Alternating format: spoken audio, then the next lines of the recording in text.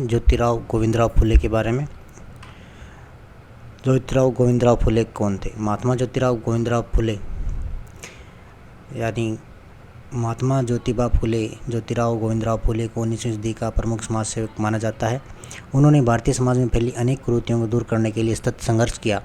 अछूतों का उद्धार, नारी शिक्षा, विधवा विवाह और किसानों के हित के लिए ज्योतिबा ने उल्लेखनीय कार्य किया। 11 अप्रैल 1827 को ज्योतिराव गोविंदराव फुले का जन्म महाराष्ट्र के सतारा में हुआ था। उनके पिताजी पूना में सब्जी की स्टॉल लगाते थे। उनके परिवार ने फुले का नाम का चुनाव इसलिए किया क्योंकि उनके पिताजी और चाचा जी पेशवा के लिए फूलों का काम करते थे। जब ज्योतिराव 9 महीने के थे उनकी माता की मृत्यु हो गई। इन्होंने प्रारंभ में मराठी भाषा में शिक्षा प्राप्त की, परंतु बाद में जाति भेद के कारण बीच में इनकी पढ़ाई छूट गई। बाद में 21 वर्ष की अवस्था में इन्होंने अंग्रेजी भाषा में मात्र 7वीं कक्षा की पढ़ाई पूरी की थी। इनका विवाह सन 1840 ईस्वी में सावित्रीबाई फुले से हुआ। ये बाद में समय एक प्रसिद्ध समाजसेवी महिला के रूप में सामने आई। स्त्री शिक्षा और दलितों की शिक्षा का अधिकार दिलाने के उद्देश्य में दोनों पत्नी पत्नी ने साथ मिलकर काम किया।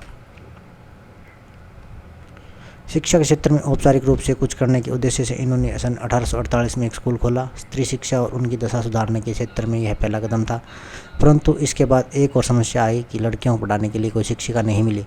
तब इन्होंने दिन रात करके समय वह कार्य किया और पत्नी सावित्रीबाई फुले को इस काबिल बनाया।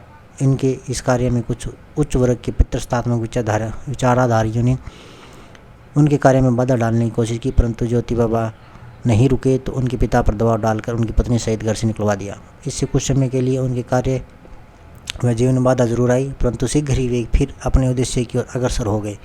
उन्होंने एक के बाद एक बालिकाओं के लिए 3 स्कूल खोल दिए। इन्होंने दलितों महिलाओं के उत्थान के लिए अनेक कार्य किए। सितंबर 1873 ईस्वी को इन्होंने महाराष्ट्र में सत्यशोधक समाज की स्थापना की। इन्होंने समाज के सभी वर्गों के लिए शिक्षा प्रदान किए जाने की मुखालफत की। ये भारतीय समाज में प्रचलित जाति व्यवस्था के घोर विरोधी थे। इन्होंने समाज की जाति आधारित विभाजन का सदैव विरोध किया। इन्होंने जाति प्रथा को समाप्त करने के उद्देश्य से बिना पंडित के ही विवाह संस्कार प्रारंभ किया। इसके लिए बॉम्बे हाई कोर्ट से मान्यता भी प्राप्त की। इन्होंने बाल विवाह का विरोध किया। ये विधवा पुनर्विवाह के समर्थक थे। 1873 ईस्वी में सत्यशोधक समाज की स्थापना के बाद इनके सामाजिक कार्यों की सराहना देश भर में होने लगी। इनकी समाज सेवा को देखते हुए मुंबई की एक विशाल सभा में 11 मई 1888 ईस्वी को विठलराव कृष्णाजी मंडेरकर जी ने इन्हें महात्मा की उपाधि से सम्मानित किया।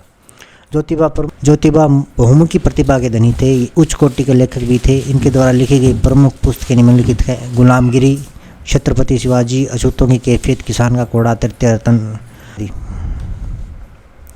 इनकी मृत्यु 28 नवंबर 1890 ईस्वी को 63 वर्ष की आयु में पुणे महाराष्ट्र में हो गई। अगर ये वीडियो अच्छा लगा हो तो लाइक करें, शेयर करें और सब्सक्राइब करें हमारे चैनल को। धन्यवाद।